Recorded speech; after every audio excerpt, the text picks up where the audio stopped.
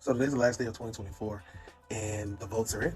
Let's take a look at the most popular comics on blackcomiclords.net. Starting off with number 10. So coming in at number 10, we have Green Lantern number 87, and this will be the first appearance of John Stewart as the Green Lantern. Now, from 2023 to 2024, we saw a 32% increase on this comic book. So definitely taking a look online to see if you can actually own it. Definitely it's a must-have. You just can't be a fan of John Stewart. You gotta own these books. All right, coming in at number 9, we have the first appearance of Stormcaster, which is the hammer that Storm got in order for her to basically be a female version of Thor. Really, really dope issue. If you are a Storm fan, this is a must-have. You won't pay more than $10 shipping for this book. Oh, if you want to see more of Stormcaster, definitely check out season 3 of What If. Coming in at number 8, yeah. First appearance of Kamala Harris in a comic book. This is from Tidal Wave Productions. Super cheap book. They do this every year for presidential candidates, things of that nature. So, definitely the first black vice president, multiracial vice president. But definitely, if you are a Kamala Harris fan, definitely go pick this up. I have no data on why this book is back on our top 10 list all time. It was number 5 last year, and now it's moved up to number 7. And I just really believe it's the cover. This is the first 2 black female letters. I can't tell you why. I think it's just a dope cover, and I think that's why people went, sought after, people inquired about this. I believe a lot of people own this book. Coming in at number 6, we have Giant Size Spider-Man and Punisher, issue number 4. This is the first appearance of Moses Magnum.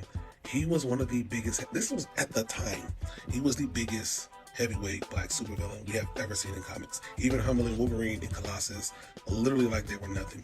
Definitely go and pick up this book now. This book is a little semi-pricey. You're talking $60, $70 on up if you want a really high-grade copy. Definitely go and pick this up. There's some more images of him, and as you know, he got his powers augmented by Apocalypse. But that's a video for another day. So coming in number 5, we have Ultimate Black Panther number 1.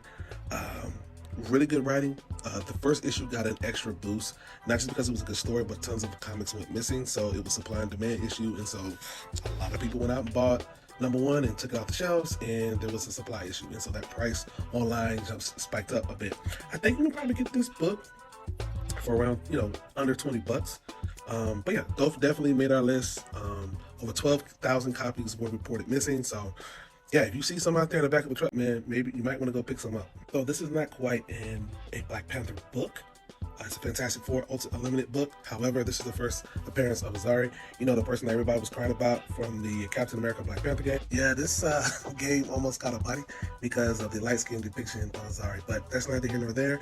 Do you own the book, though? Because it's a significant character in the Black Panther lore. So make sure y'all go and pick this up, because that's the only thing that matters to the comic lords. So here's our first independent comic book that made our list at number 4. This is Milestone God Quest number 1.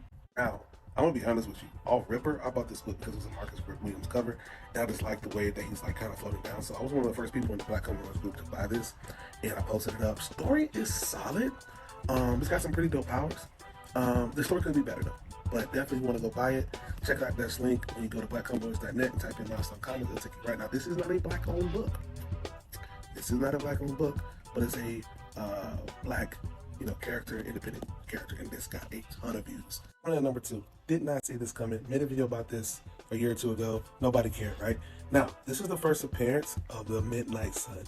He was an African warrior turned cyborg. I mean, the writers really didn't know what they were going to do with this guy, but he's a dope character, and he's the equal to Shang-Chi. And I hope he gets a little cameo in the next Shang-Chi movie, because they were basically like brothers from their origin, right? So definitely go and type in Midnight Sun, Black Comic Lords to watch his entire breakdown. He basically had a cloth, and he was all black, right? But he has African origins. He's a cyborg. He's even fought the Surfer. Dude's wild. If he's more of an assassin, he's probably leaning towards not a superhero, but an anti-villain. Yeah, go Google that. Coming in at the number 1 spot. Listen, the very first black female ever to be in a comic book. You gotta give it up. This is Butterfly, number 1. I do own this book. It's a Hellrider number 1, and there's a Hellrider number 2, and she has an actual story. She's featured in these 2 comic books. Definitely go and pick this up. Now, price-wise, you're gonna be talking, so the cheapest one just went on eBay for 100 bones. I would not pay more than $120 for this book. You're gonna be hard-pressed to find a ton of them that are mint to really, really good condition. But be careful, because there's another version out there that has a green outlining, do not buy this book. Because on the back of this book is from Guadanaland Comics, and it even has a website. So this one was a reprint. You don't want this book. You want to get the original OG. Those are the ones that you want to invest your money in. So again, the significance of this book is the first black superhero ever to be in a comic book. Definitely go and pick this up. Yeah, what y'all think about this list in the comments down below.